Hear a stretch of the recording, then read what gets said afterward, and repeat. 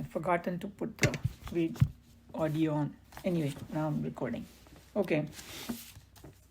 So, we are on verse 23 of chapter 6 of Bhagavad Gita today.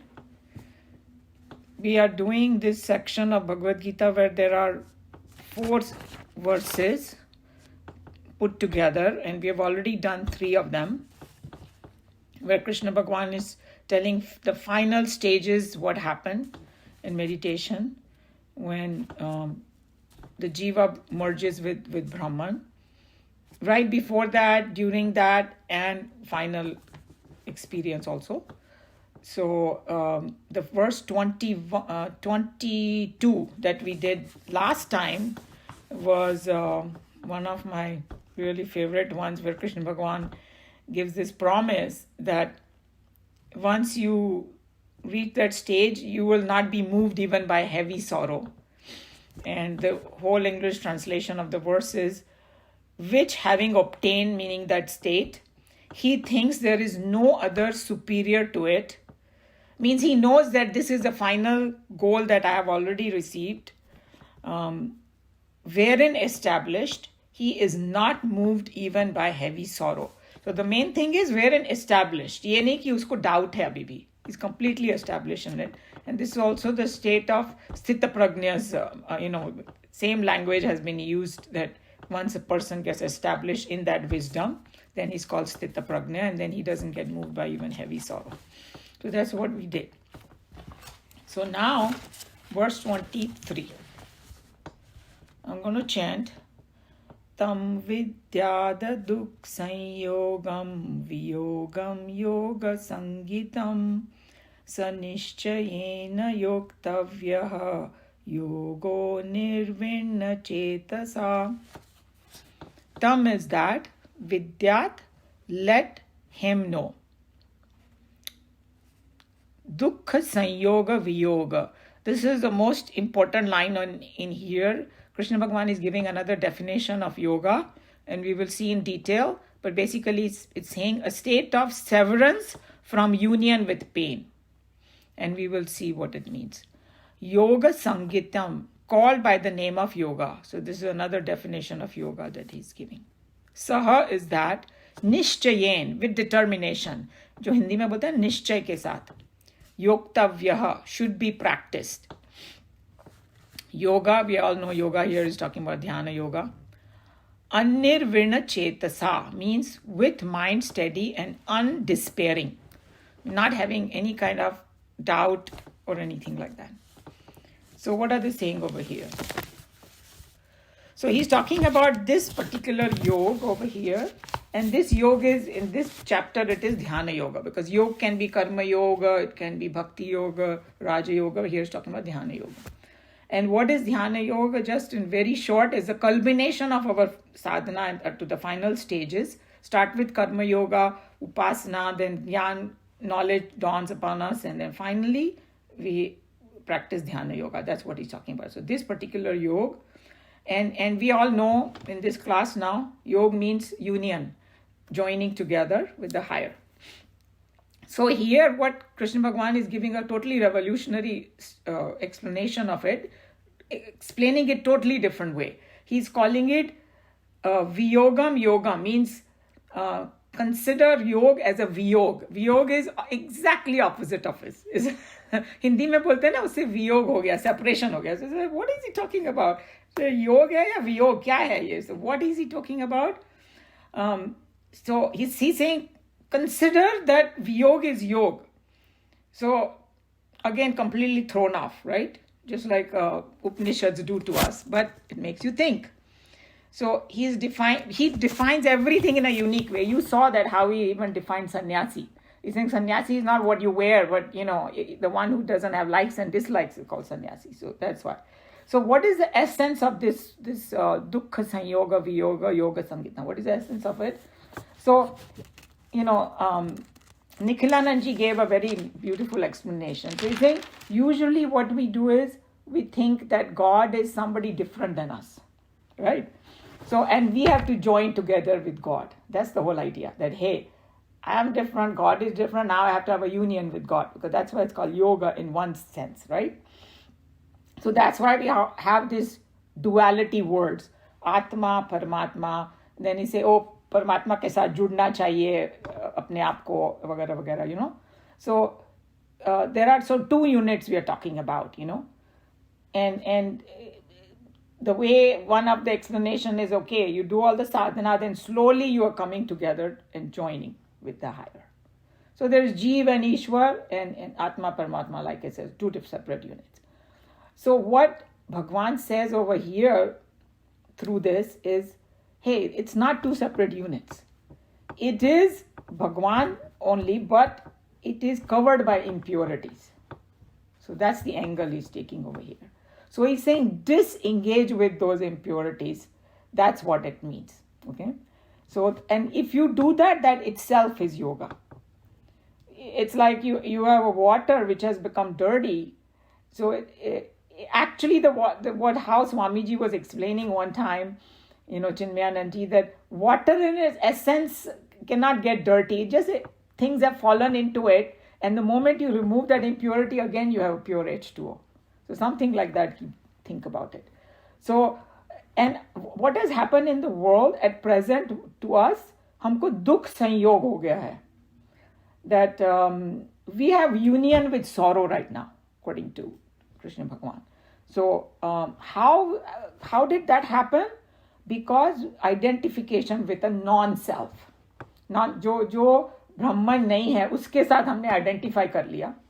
And that's why, so you can even say that I have identified with what I am not. Okay, that's another way to look at it. So I have imagined myself all different things that what actually I am not. What I have imagined myself as, I am a body, and I start believing that I'm a man, woman, and things like that. All these worldly identities, I start thinking it's real, If you have just assumed identities, but nothing is real. Or I think I'm the mind, or I think I'm the intellect, I think I'm my thoughts, I think I'm my emotions. All of that is considered, like identifying, and that's what all is causing this sorrow. So what Krishna Bhagwan is telling Arjuna over here, disengage yourself with this various imagination, and that disengaging is itself a yoga. So dropping all the falsely assumed stuff. So this separation is done how?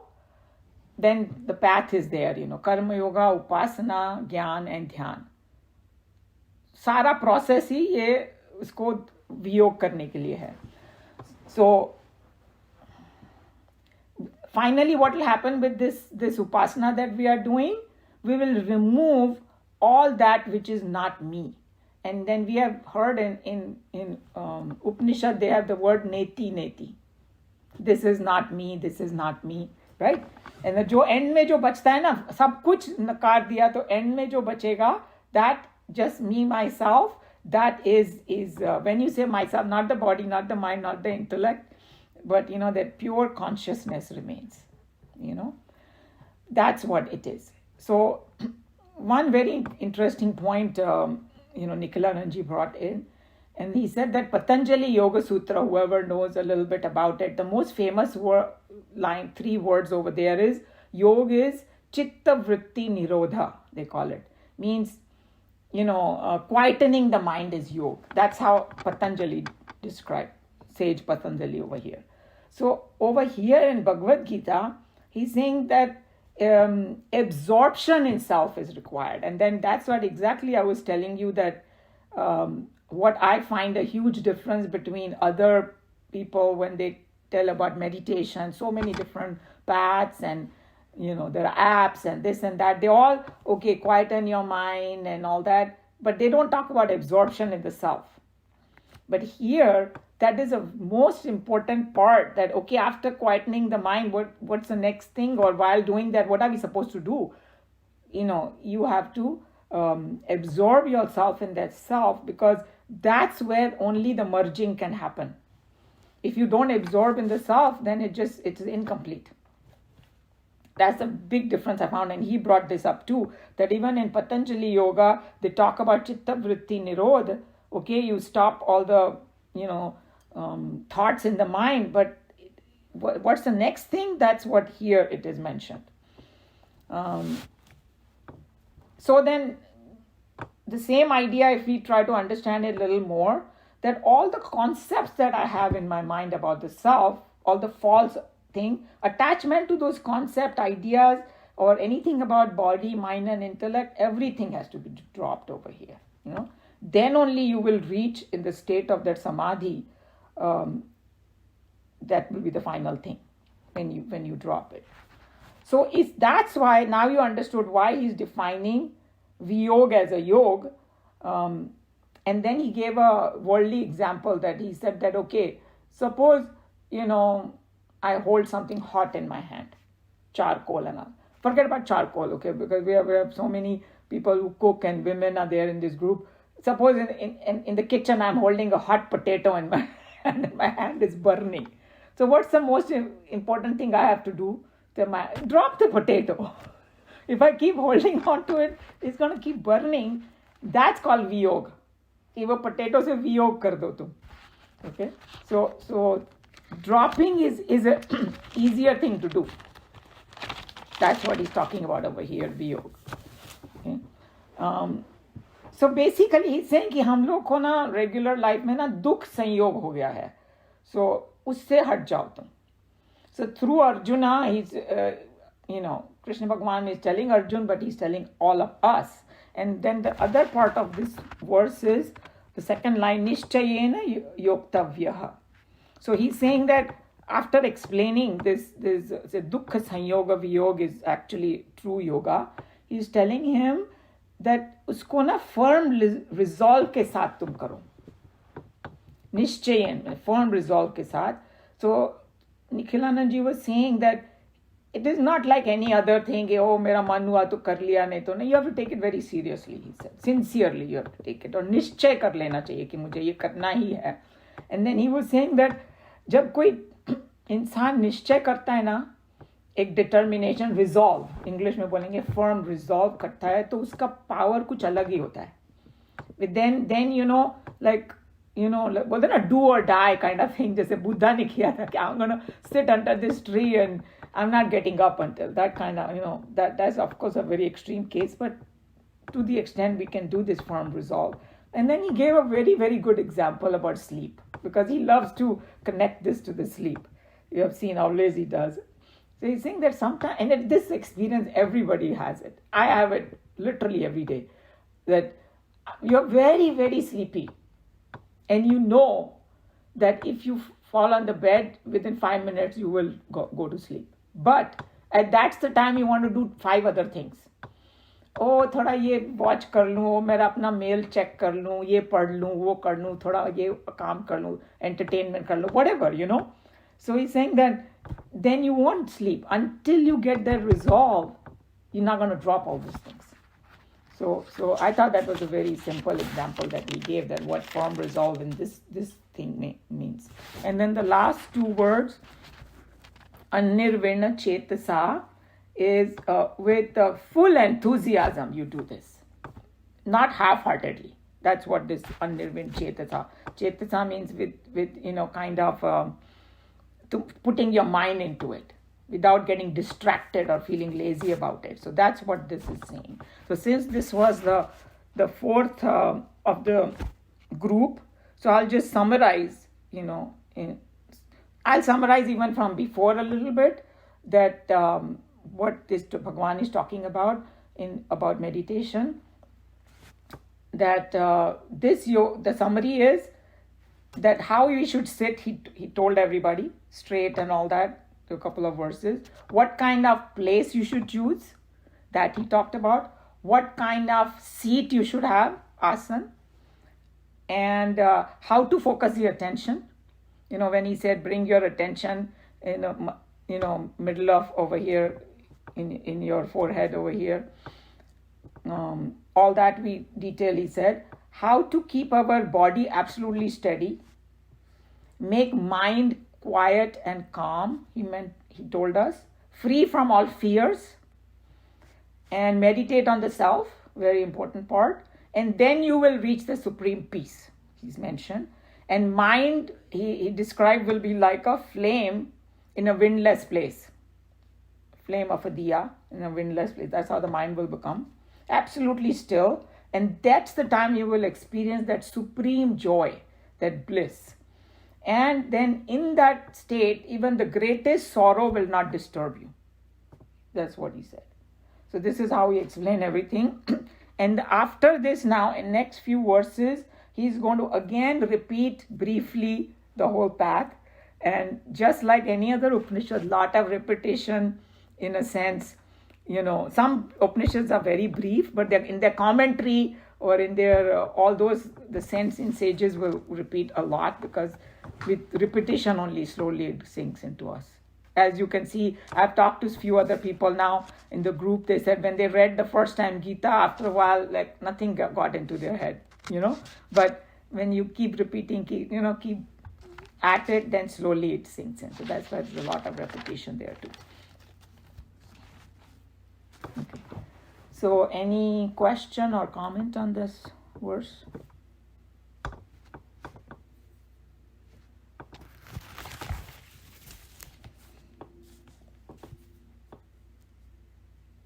Okay. For my clarification, severance from the union with the pain. It's like unveiling sort of a thing from there. I'm sorry, I didn't get what? What? Okay. Is it unveiling, or if you remove that, then you're left with a pure mind or something, isn't it? Right. So why did Krishna Bhagwan say that we have a sanyog with pain? Because if I think I give too much reality to the world, that's when my pain starts. Right? If there's joy, there's going to be pain if I give it the objects. Yes. And that's what is. Because later on, I think, maybe we already did it. Yeah, in chapter 5, it came that it's this sansar is like a dukh ki yoni, in a sense. Even if something gives you pleasure, it will give you pain. Right. And we don't have to be a rocket scientist to know that, Yeah. Right? Mm-hmm. So that's why it is dukkha sanyog. That's firstly, if we understood that. But the more and more I get absorbed in the self, that's only time I will have a dukkha viyog, because I will get away from that understanding. Yes. Okay. I was thinking that if we get severance from the pain, that the underneath is already the self. Yeah, that's also true. That's absolutely right. Therefore, yes. That is like a pure water being poured into the pure water. It becomes one. Yes, exactly. So you can look at it whichever angle you want, because all these concepts, they are there, and how you approach it, there are so many different ways. And you will see in Kathopanishad, they're going to give you another angle. So everybody's mind works differently. Whichever way you want to look at it is fine. So what you are thinking is totally perfectly fine. That actually we are all that Satchidanand anyway, and now we have put impurities on top, and the more you remove. But like I said, sometimes constantly removing the impurities won't work, because but you attach to the self, it will automatically wo viyog hota jayega. See what I'm saying? Right. कि जबरदस्ती छोड़ने की जरूरत नहीं पड़ेगी, वो छूटता जाएगा और फिर उसके साथ I was just wondering, it's removed, is it automatically that you would become one with it, or is it that you have to put another, like now I have to do something else because I've removed? But I can see I think because the mind is such, it needs a substitute something with something, and that's what maybe that we need some. So it's like everybody's mind is different, but according to Bhagavad Gita, if you follow this step correctly, the more you get absorbed in the self, the more mind will start getting pure. It's like I am trying to convince myself that this is all the dream, but until I finally wake up, I'm not going to. I'm going to just keep doubting about it. But that's why they gave this, some example Krishna Bhagwan gave, that you will feel that bliss, you will start feeling glimpses of bliss, and then you will say, oh, this is what I'm looking for, right? And this bliss is, he already said, is beyond the senses. It is right. So then from that point on you will get more and more absorbed. एक बार आपका convince हो गया, फिर दुनिया की कोई ताकत आपको बोल नहीं सकती कि oh no, this is not it. You will say, I'm not going to believe that because I've already experienced it. Right. So no matter what somebody comes and say, no, बहुत दुख है and हम लोग दुख से हट नहीं सकते, ये वो. Like, we were discussing in the class, there are some people, who are so well balanced that the kind of sadness doesn't touch them to that extent, and then other people criticize them. Hey, how come this person is not crying and not upset? Ye sab ho gaya uske family mein, ye ho gaya, wo ho gaya. But they won't even understand them. They are not made of stone or anything. They might feel upset, but somewhere they know that it is temporary. So all those factors kind of come in this. Right. Okay, as we read, because one sentence just struck me so good, attains a serene quietude. And I thought that must be like, there's a bliss type thing. Yeah, and that's exactly in one of the verses Bhagwan said, that I think is a 22, that he knows this is the highest goal. Iske baad kuch hai nahi aur. Yeah, like, and we, that sensation, that is it. And we have a very hard time right now comprehending that bliss. And so some of the people, they give some saints and sages will give some measurement, okay? What do you think will give you maximum happiness? And everybody has different idea. So, okay, uska 1000 guna zyada, lakh guna zyada, like that. Which we don't know what it is. But the only time that I have kind of related to this little bit, when I've watched those NDE shows or talks, those people talk about that happiness. He's saying unconditional love, and we don't know what that means on the world, because we say, okay, mother's love is unconditional, usme bhi thoda swarth hota hai worldly mein, right? So this is like, no matter what you have done, God still loves you. Right, true. Very true. Exactly. So we have a hard time fathoming that. And then like sometimes, like some saints and sages, they give their experience. Very rarely they talk about it, like Yogananda talked about it in his book, and Sadhguru talks about it when he was sitting on the Chamundi hill. He said that he was tears of joy, his whole clothes got wet with it, and he's saying I can't describe how I felt when that oneness came to him. So it's just like we can just think about it and feel happy right now. Yeah. Okay. Thank you. Okay. Any volunteers to read? Now we have to read. We can maybe divide into 2-3 different people because it's very long. Maybe one page each somebody can read. I don't want to exhaust people. Maybe Minaji, you can start.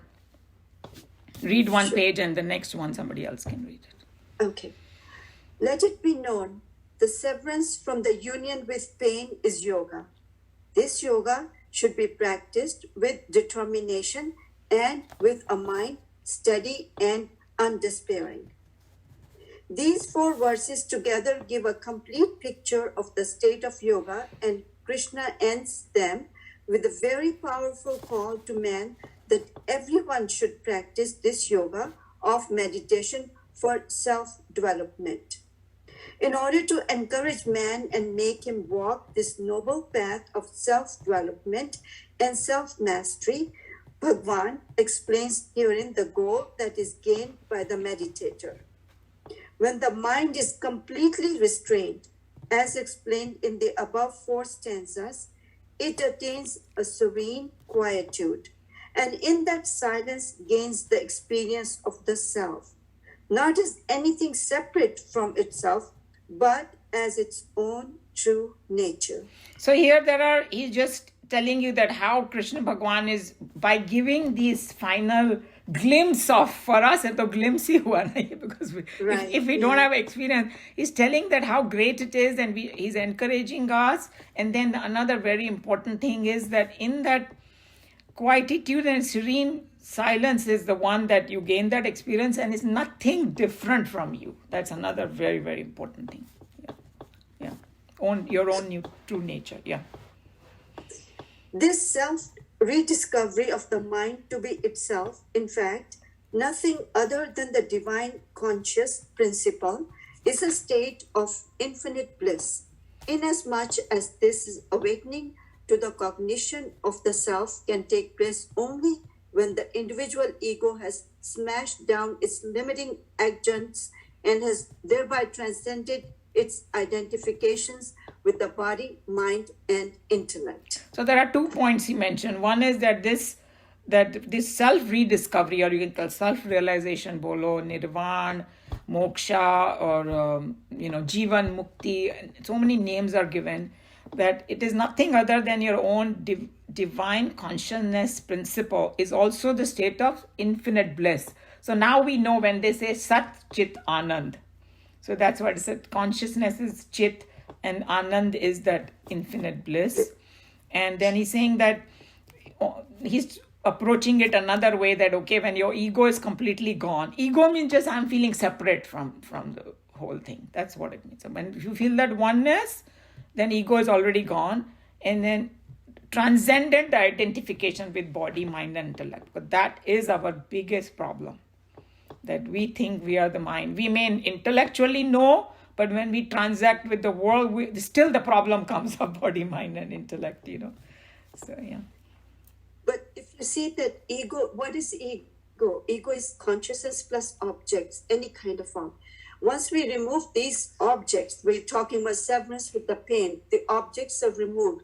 That consciousness, that's what I felt like water, pure water merging with water. Consciousness merges, sort of. Mm-hmm. And that merges is beyond body, mind, and intellect. That's, how we go with the BMI chart. That is above. That goes above with it. All of that fits in now. Yes. Yeah. Mm-hmm. This bliss is not an objective experience such as is gained among the pleasures of the world. Is evidently indicated by the qualification that it transcends the senses, ati indriya. Ordinarily, we gain our experiences in the world outside through our sense organs.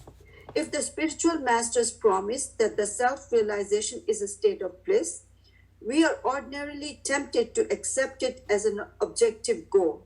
But when they say that it is beyond the senses, the seekers start feeling that the promise of religion are mere bluff. The stanza, therefore, has to clearly insist that this bliss of self-recognition is perceivable only through the pure intellect. Okay, so this is a verse that we did earlier. Ati Indriya, it is beyond the Indriyas. So he's saying that on one hand, we get very happy, okay, यहाँ ऐसा कुछ bliss है. But moment वो बोलेंगे कि भाई you have to go beyond senses ना, जैसे कि हमारा एकदम बोलते हैं कि we think, oh my God, it cannot be done. जैसे आसमान में पहुंचा के हमको सीधा धरती पे पटक दिया वापस. Oh my God, I can't do this. Because we cannot imagine कि हमको हमारा mind नहीं होगा तो हम सोचेंगे कैसे. Some weird kind of those thoughts come to us, right? And the only way I can think of it is that we get glimpse of going beyond the mind is, sometimes you get the intuition of something. And you don't know why, but you get this strong feeling that I need to do, like you have not analyzed and done anything. That's one way, huh? Second way is the people like Kamlaji is not here, the people who write poetry, or even some big idea that comes to you, it comes all of a sudden, it comes. Mm-hmm. Right? Right. Like when I wrote poetry and all that, like in Houston, Chinmaya Mission, and they would give me some assignment and I don't know how to do this and all. And then somewhere in the middle of the night, something will come through. And it just, boom, and it's like, I didn't even do this. I think somebody else put it in my head or something, Yeah. So there is something beyond mind. That's all I'm trying to tell you. So he's saying that we get very dejected. But what is pure intellect? He has put that in the footnote. Yeah. So let's Do we read that want footnote this? first. Let's read that. Let's read Yeah, the the footnote is very important because that'll make it a little more clear. intellect that is purified of its Rajoguna and Tamoguna is called in Vedanta as pure intellect. Tamas and Rajas respectively create in man the veiling of truth, avarna, and the consequent agitations, vikshepa. When both of them are to a degree removed, to that degree the percentage of sattva increases in the intellect and it is called pure intellect. When an intellect comes under the influence of pure sattva, it ends in an experience of infinite tranquility, which is the nature of self, and the self is thus experienced on thus transcending the intellect. Okay, so we are still on chapter 6, but when we come to chapter 14, it's going to be the 3 gunas and we will understand this. So he's just given us the glimpse. So there are 3 different modes of mind, that we have sattva, rajas and tamas. So obviously the sattva is the one where the knowledge takes place, right? So and I don't want to go too much in detail, but when we come to the chapter we will learn more. But basically nobody can get away from tamas, rajas and sattva because we are all made up of that. That's made up of prakriti. But you can change the proportion of it, by some efforts and all that. So what does tamoguna done? Tamoguna is like ignorance. It covers. Avaran जिसको बोलते हैं हिंदी में ना, ढक दिया उसको, बुद्धि को ढक दिया. So तुम अगर तमस ज्यादा होता है ना, तो अगर कोई सुनने को तैयार नहीं होते लोग. You tell them something, ऐसा बकवास है, that kind of thing is like tamas, that no matter how great stuff you put in front of them, they cannot recognize it because of the avaran. Buddhi pe dhak gayi hai buddhi. And They may be bright. They may be bright people. It's just that this is, they may not listen to this part of it, of the religion as such. So here, very important point you brought. See, according to this philosophy, everybody is bright, right? Right. Because you are that pure consciousness. So how everybody is the same, that it's like taking a big huge bulb of light and now you keep covering it. एक चद्दर डाली, दूसरी चद्दर डाली, तीसरी, and में कोई प्रकाश निकलेगा ही नहीं उसमें से. That's the tamas is, it covers the buddhi, it covers the intellect. So that's why. So you are right, everybody has that capacity. Any jiva or human being has that capacity to reach the sattva, shuddha sattva, but it's covered. So that's ho gaya tamas. And now he's talking about rajas is, vikshep is like agitations. Agitation comes when you are like, have too many desires in you.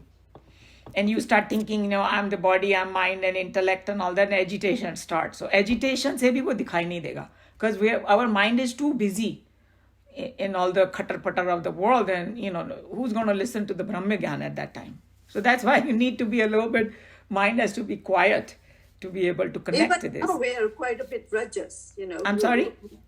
Even now, rajas is like a lot of work, and without thinking, you just keep on doing without. Yeah, thinking. too much rajas can be a problem. That's what it is. We need tamas to go to sleep. We need rajas to go to work, to do work. So all those are good aspects of the gunas. But the negative aspects are when it gets out of proportion and gone crazy, then you just lose so much, waste all the energy in that rajas. So I think when that becomes down, that's why one of the practices they tell you, have a sattvic life. Then you have a better shot at this knowledge and meditation and all, food wise also. We know that you don't have to be a rocket scientist. You eat a very heavy meal and you will go to sleep. Forget about meditation. काम ही नहीं होता कभी-कभी, right? बहुत सारा heavy lunch खा लिया dinner की तरह, तो काम भी नहीं होएगा हमारे से. So it affects. And then you keep watching news. After a while, your mind will get agitated totally. You will think the whole world is going to hell. because so many negative things are happening. You know what I'm saying? So see the effect of rajas. So big shape and all. You just experiment in your own life. Moment you watch very, very little news, all of a sudden the agitation and goes down, right? So he's saying to be a sattvic, then you have a better chance at it. That's what he's taking. And then the pure, as sattva increases, that becomes pure sattva. That's what he's talking about. That shuddha sattva it is called at that point. You know, at that particular stage in the meditation, uska rajas or tamas ekdam nil ho gaya hai for some time. That's when he'll grasp that happiness. You know. Kumaji, one question here. Is rajas and tamas related to seeking finite joys? So this is how it is. Now that you asked, we have consciousness and we have matter, right? Two things are there, correct? Yeah. So matter is made up of those three gunas. And जितनी भी variety हमको दिखाई देती है ना दुनिया में, वो तीन गुणों के combination की वजह से है. So the person who has too much rajas and tamas, see, this is how you have to look at it. We have all three when the sattva is predominant in us. So other two take a back seat. और थोड़ा शांत होके बैठ जाते हैं, right? Like that you have to think. So we can't get rid, as long as we have the body, we are going to have all the three gunas. But if somebody's rajas and tamas is more active, that means they are more materialistic, for sure. You know, तो जितने भी, जब भी हम लोग वो वर्ण व्यवस्था कर रहे थे ना, जिसको कैस्ट सिस्टम बोलते हैं लोग, उसका पूरा जो डिवीजन है ना, वो ये रजस तमस और सत्व की वजह से है. जिसमें सात्विकता ज़्यादा है वो ब्राह्मण कहलाता है. हाँ, जिसमें राजसिक और थोड़ा सत्वा भी है, राजसिक भी है, और तमस बहुत कम है, उसको क्षत्रिय बोलते हैं. Because they are more into administration and all that, and they're big-hearted and all that. And the people who have like a little less of sattva, more of rajas, and a dash of tamas also, that's vaishya, you know, business and all. And the person who has a lot more tamas, you know, very negligible sattva and rajas is there, that the shudra means, you know, doing her work with hand and all, ज़्यादा दिमाग नहीं चलाना, you know, that kind of stuff. So that's all is connected with these three gunas. So that's how the proportion. I don't know if that answered your question a little bit. Yeah, it did. Thank you. Any other question before we go further? Okay.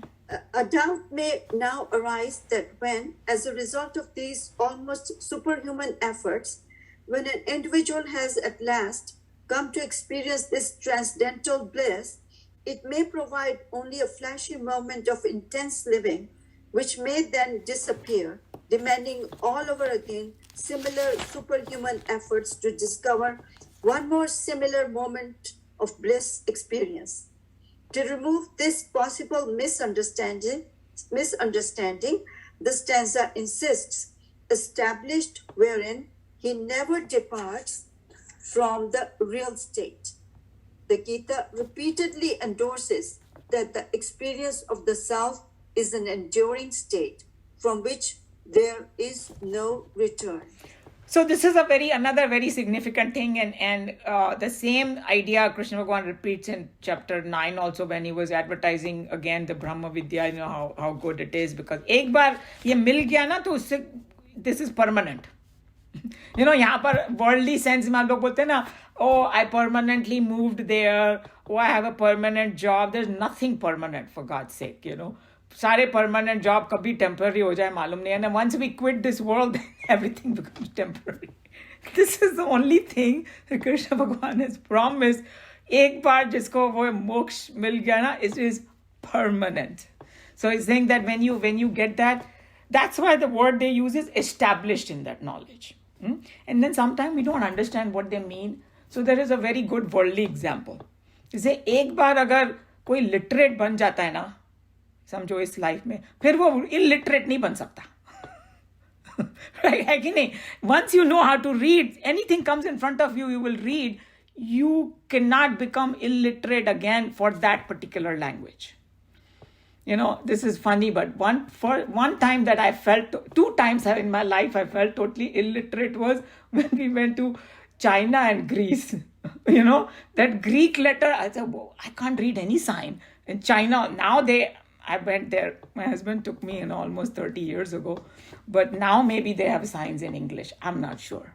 But that's the only, but once I know how to read a language, I cannot become illiterate from that language. That's what something like that over here. Or the other example I gave was that I saw Niagara Fall now. I cannot become illiterate about Niagara Fall. I know what it is. But jab tak nahi dekha hai, I can have all these crazy ideas, imagine it. Now once I see it, I know what it is. That's how you have to look at it. That's permanent. But here he's talking about eternity permanent. Huh? This is some super eternal permanent. Okay, maybe somebody else wants to read. Anilji can read maybe.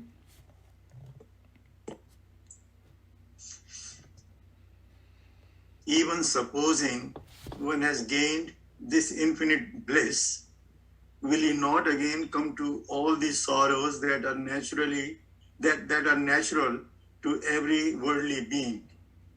Will he not thereafter feel, as much as anyone else, the urge to strive and struggle, to earn and hoard, the thirst to love and be loved, and so on? All these excitements, which are carbuncles upon the shoulders of an imperfect man, are defined to a perfect one, as explained earlier, the supreme truth as having come to which no one can consider any other gain as equal to it, much less ever anything greater. So here, what I know, Swamiji's sentences are very long, so whoever doesn't have a book totally confused. But what he's talking about it, ठीक है, मुझे वो bliss का मेरे को experience हो गया, लेकिन मुझे अब तो संसार में ही रहना है ना. It's like Arjun, okay, fine, I got the Atma Gyan, but God, I got to fight this war now. फिर से वो राग द्वेष ये सब शुरू हो जाएगा and all that. That's what he's talking about, that no matter how blissful I feel in that meditation and all that, I have to come back in the world and then I'm going to again fall into this. That's what he's talking about. उसका क्या होगा? I have to fall again in that dirt and then मैं उसमें वापस बह गई तो. That's what the question is coming over here. And let's see what the next this thing is that he will tell you the answer. Even after all these explanations, the Lord himself raises the question, which a man of doubts may entertain. It will be quite natural for a student who is striving to understand Vedanta purely through his intellect to doubt as to whether the experience of divinity can be maintained even during moments of stress and sorrow and in periods of misery and mournings. In other words, is not religion a mere luxury of the rich and the powerful, a superstitious satisfaction for the weak, a make-believe dream heaven for the escapist? Can religion and its promised perfection stand unperturbed in all our challenges of life, bereavements, losses, illness, penury, and starvation? This doubt, which is quite common in all times too, has been unequivocally answered here with a daring statement that wherein being established one is not moved even by the heaviest sorrow. So, Swami, nobody could have explained it better. And that's why I think that I said that this is one of my favorite verses, because it gives you so much hope, because we feel like, and then the other thing is how Krishna Bhagavan chose Arjun, who was like, had to kill his two most favorite people because of his duty that fell upon his lap. So if he could do it with evenness of mind, then whatever falls in our lap, we have a hope that if we follow Lord Krishna's advice, we will be able to. Because, a lot of times people will say, it's very good to believe in religion, but khali man ko samjhane wali baat hai. Have you ever heard of those? Man ko samjhane wali baat hai, bas, or some kind of promise it's given, but who knows, Krishna, if you can have that faith in what Krishna Bhagavan is saying, that and all the things that Swamiji mentioned, that's what we face in the world with. Life bereavements, losses, disease. As we get older, you hear about it can happen to you, it can happen to your loved ones. Every other day, so there's some news about all that. And, starvation, world ka, we come from India, so we have seen it with our own eyes. Those things really disturb us. So, hey, can all that sorrow, can I still maintain that bliss? And Krishna Bhagavan says it's not moved even by the heaviest sorrow. इतनी बड़ी promise उन्होंने दे दी. उमा जी, लेकिन इसमें this doesn't come in a short time. Earlier it says practice of yoga meditation. So you go into it very slowly and progress and progress. Yeah. There is the verse is coming. He uses the word shane. Verse 25 में आएगा. Gradually. Yeah. जैसे कि and Swami ji का famous and example है कि एक कली है, कली दिखाई देती है तो अभी फूल बन जाए, ऐसा नहीं हो सकता. Right. अगर तुम उसकी पंखुड़ी खोलना शुरू करोगे बिखर जाएगा वो. So true, it is a slow process and it is going to take its time and all that, but there is a light at the end of the tunnel. Yes. That's exactly what it is. And then we don't have to even go somewhere far away to see some other people's experience. You guys have shared with me after you started systematically studying Geeta, it has helped you in your life. Yes. So that's kind of evidence that hey, it does make a difference. But here he's talking about the ultimate. Absolutely. But as you practice, you feel more and more joy. So you practice more and more. Yes. So I want to share this one. I go to Hare Krishna, right? And there are a lot of young swamis over there. They give a lecture on one topic and then they open it up to questions to other people. So we were one time when I was listening to this young swami, he was saying something about karma, right?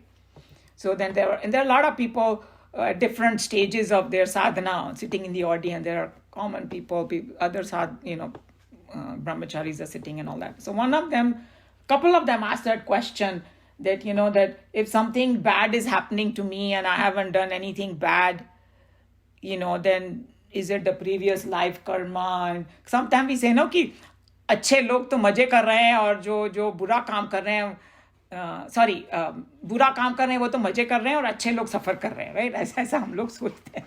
तो they asked that brahmachari that what do you think of it? So he gave such an amazing answer, which, you see how he took an angle. He's saying when something bad happens to a devotee of Krishna, because these people are Bhakti Vedanta, right? So they are very devoted to Krishna. So they said, when something bad happens to a devotee, he says, I deserved even worse than this. And God is so kind, he only punished me this much. Look at the mindset, huh? And then he's saying something good happens to him. He says, wow, God, you're so great. I don't deserve this. I really don't. And you have given me so much. If somebody is in that mindset, he's not going to feel sad about anything. I was just thinking about it that, hey, who are these people? How do they manage their, problems? You see the mindset that surrender to God. That he knows better and he's very kind. So he's actually giving less than what I deserve when I get a punishment. And he's giving me more than I deserve when he rewards me. That really opened my eyes that, that what kind of thinking changes for these people who are on that path. Because they have their surrender, complete faith, and that's how they accept it. And like our teacher used to say, Darshana Ben used to say, there is no mistake in God's math. So if something bad is happening to you, something we have done sometime, we don't remember it, So that will help in that, how to read that state of not having that sorrow. Because another problem with the sorrow is sometimes with the kids we analyze, 15, 16-year-old, what exactly is sorrow? Sorrow is when I don't accept something that has happened to me. Then only sorrow comes. In the course of changes in life, okay, people come, they are born, sometimes untimely death can happen or something, and those are part of life, right? Because we don't know, the karmic thing is going on and all that. But if I don't accept it, that's when the sorrow comes. Or some duty has fallen on my lap and I don't want to do this. Then so, like it happened to Arjuna. Somebody was saying कि और कोई war होता ना तो वो कूद के कर रहा होता war, because he that's what he was trained for. फटाफट अपना धनुष उठा के let me go and fight, because that's what he was good at. But this war came to him, which was, gave him sorrow because he don't want to accept it. So that's another definition of sorrow, if you want to analyze further, that when we don't accept, and it is hard. I'm not saying, it's a very, very hard thing for all of us, but it's telling you all these different angles that how you can inch towards that no sorrow state. That's what it is. You want someone else to read the next page? Or?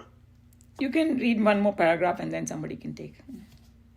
To summarize, all the quietude of mind gained through concentration when one comes to rediscover one's own self, his is the bliss absolute. This cannot be perceived through the senses, then yet can be lived through a pure intellect. Having reached it, there is no more any return. Having gained which, there is no greater gain to strive for, and which is not shaken even by the lashings of the greatest tragedies of our existence. This is the wondrous truth that has been indicated as the self by the Geeta, the goal of all men of discrimination and spiritual aspirations. So Swamiji summarized this entire thing, that what it is, and it's really nice. And then pure intellect, he's given one more. You go to the footnote and it will tell you जहाँ पर double star है ना नीचे, अनिल जी देखा आपने footnote पे? Note पे meaning when the intellect has been transcended, वो लाइन नहीं, मेरे में तो नहीं है ये. अच्छा, ये आपका नंबर 2 होगा, number 2. Number 2, yeah. Meaning when the intellect has been transcended, since pure sattva intellect cannot maintain itself as a time, space, causality instrument. So this is very technical for all you engineers and technical minded people. This time, space, causality instrument mein wo nahi, because it goes beyond time, it stays in oneness with the Supreme. So that's why it could become pure sattva. Okay, so, who wants to read next? Maybe Sushil ji can read. That's where it says that it is beyond the body mind, because you can live it, but you cannot, experience. You can only experience it, but you cannot define between these three, body, mind, and intellect, because it goes beyond, right? That's why there is one verse that came in chapter 2, if you remember, that when Krishna Bhagavan was telling Arjun, he's saying that this Atma Vidya is such कि अगर किसी को मिल गई तो आश्चर्य है, और जिसको पता चल जाती है और जिसको एक्सपीरियंस हो जाता है वो भी एकदम आश्चर्य में जैसे मुंह खुला रह जाए किसी का. I don't know what to say. But saints and sages, they try to explain it. And Krishna Bhagavan is also doing the same thing. Even though he has called it inexplicable. Means you cannot explain. He's still trying it. So because it is beyond the instrument of, speaking, I guess. So, when he said, and yet can be lived. So right, so experience here. And, even in the worldly thing, okay, how somebody really feels inside them, say love. Hey, somebody say define love. You have experienced it, but you cannot, right? In words. Yes. It's beyond. It's something. Yeah. So even worldly sense, या कोई चीज बहुत अच्छी लगी हो, कुछ स्वाद, और किसी ने वो चीज खाई नहीं हो, and you're telling, oh, it's giving this kind of joy to me. I can't explain that. So you only eat and see. So all that you can see when the worldly sense there, but ये तो और भी beyond है. Yeah. Yeah. So. This self is to be known, and the means of knowing this goal, as well as the state of its experience, is called yoga. Here we have one of the noblest, if not revolutionary, definitions of yoga.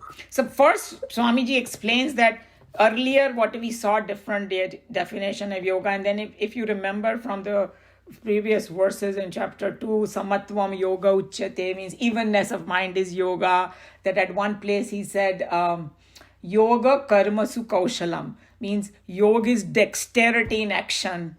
That's how he defined yoga. And then, but here Swamiji is saying the self is to be known, so that is the goal.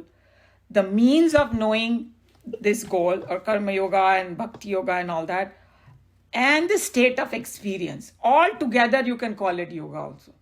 Okay, because it's a union, right? The experience is that union. But here he's giving you another revolutionary definition of yoga.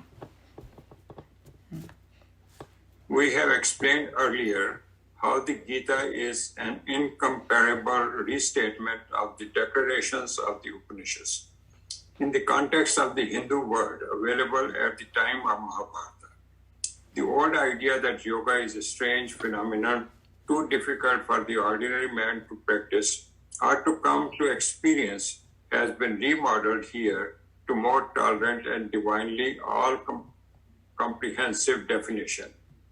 Yoga, which was still then a technique of religious self-perfection available only for a reserved few, has now been made a public park into which everyone can enter at his free will and entertain himself as best as he can. In the sense of the term, the Gita has been rightly called the revolutionary Bible of the Hindu Renaissance. So yeah, he's kind of just telling here, Swamiji is just telling you that how Lord Krishna has made yoga for everybody. And that's why I said Lord Krishna is the most kind person, because he did not exclude anybody. No matter where you are, what position you are, no age, nothing is a bar. Anybody can connect to yoga according to him, and he has given, and you will see that as we progress into other chapters and all, how he will say, agar tu ye nahi kar sakta to ye kar, ye nahi kar sakta to ye kar. Like that he'll keep, and at one place he says, कितने भी पाप तुमने क्यों नहीं किए हो, पाप का पूरा समुद्र भरा हुआ हो, बट अगर तुम ज्ञान की नौका में बैठ गए तो then you can cross it.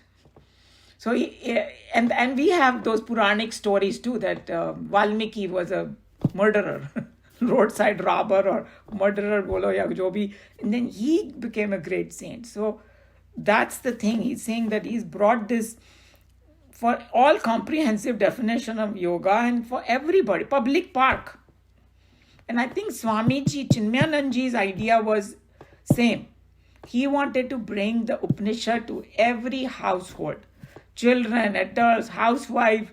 I couldn't imagine doing all this, because it is his grace only. Chinmayananji's grace that I studied, through our acharyas over there and all that, and I kind of doing what I'm doing right now, because he had that vision that, firstly Krishna Bhagwan revolutionary, then some of these Mahatmas are revolutionaries. That how to bring it to everybody, no matter who you are, that's what he's talking about in this. So what I'm thinking is, there is almost 2 more pages. So we can stop here and we will read, because there was 4 verses together, it's giving explanation. Because the Kathopanishad, that new Valli starting, and that verse we have to good explanation. And I want to continue with that, because that is helping us. Like today, Meena ji was talking about that, the pure water falling on the pure water, that's coming from Kathopanishad, but how it is helping us to even understand more Bhagavad Gita. So we can stop here. Is that okay? But anyway, I want to open it up to if anybody has any question, comment, or want to add anything to whatever we did so far in Bhagavad Gita.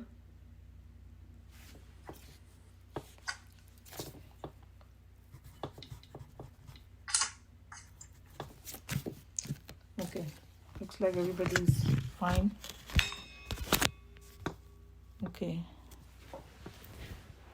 सर्वधर्मान् परित्यज्य मामेकं शरणं व्रज अहं त्वा सर्वपापेभ्यः मोक्षयिष्यामि मा शुचः हरिः ओम श्री गुरुभ्यो नमः हरिः ओम.